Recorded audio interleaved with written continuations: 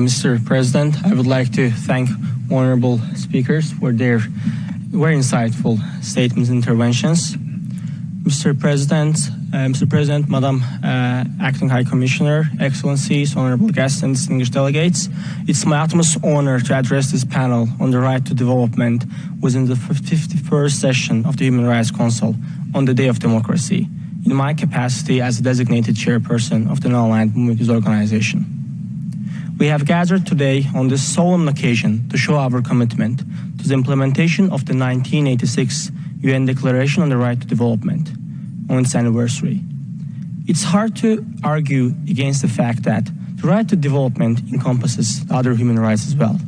It incorporates the principles of equality, non-discrimination, participation, transparency, accountability, as well as international cooperation in an integrated manner. It's a right of every human being to the constant improvement of well-being.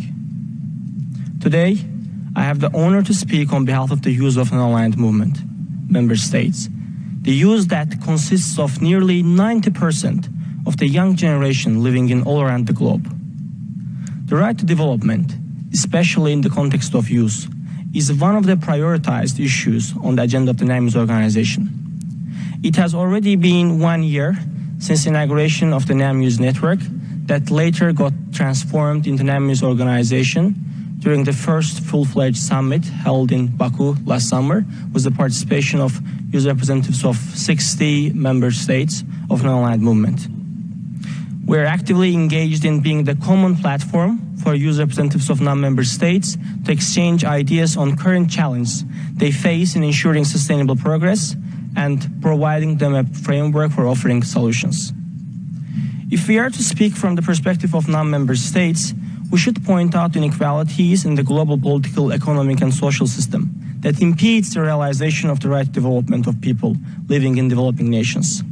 In this regard, outbreak and continuation of COVID-19 pandemic for 3 years has been a significant blow to the existing gaps. As we gradually enter the post-COVID era, the NAM youth community of developing nations realize the need for a sustainable recovery and development, which will enable the effective realization of the right to development. In this regard, achieving the 2030 UN Sustainable Development Agenda now requires much more attention and the mobilization of efforts by both developing and developed nations all over the world. Moreover, on our behalf, it's crucial to stress that the final outcome document adopted at the 18th Summit of Non-Aligned Movement prioritized the promotion and protection of the right to development as a human right and emphasized the need for creating a practical framework to ensure the realization of this right.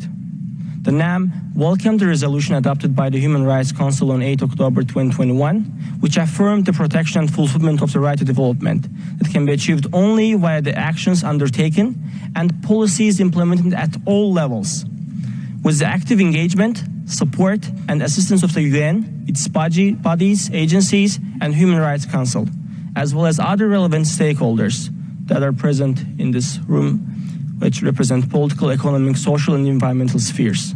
Therefore, we call upon United Nations, its funds and agencies to prioritize the right to development strategies and action plans and working closely with youth agencies, youth bodies, youth frameworks all around the globe. While talking about right development, it's indispensable to mention the role of youth in attaining this right. It's undeniable fact that a considerable number of young people living in some of the non-member states fall in the category of vulnerable youth in terms of development-related challenges and inequalities. Undoubtedly, the new approaches and policies for international development and management should take into account the situation, challenge, and needs of young people living in developing countries.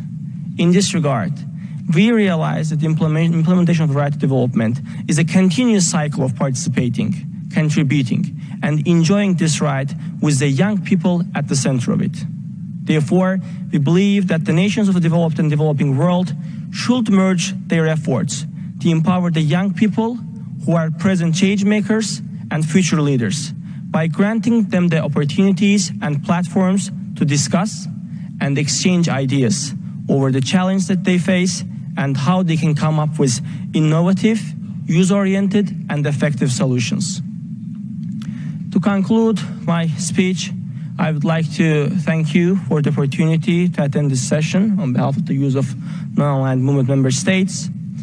And I would like to reiterate once again our support to the United Nations, its core bodies, agencies, United Nations Human Rights Council, and other relevant committees in their commitment to translating all the ambitions to address the challenge to the realization of the right to develop into real action. I thank you, and I stand at your disposal to address the questions that you can raise. Thank you so much. Thank you very much.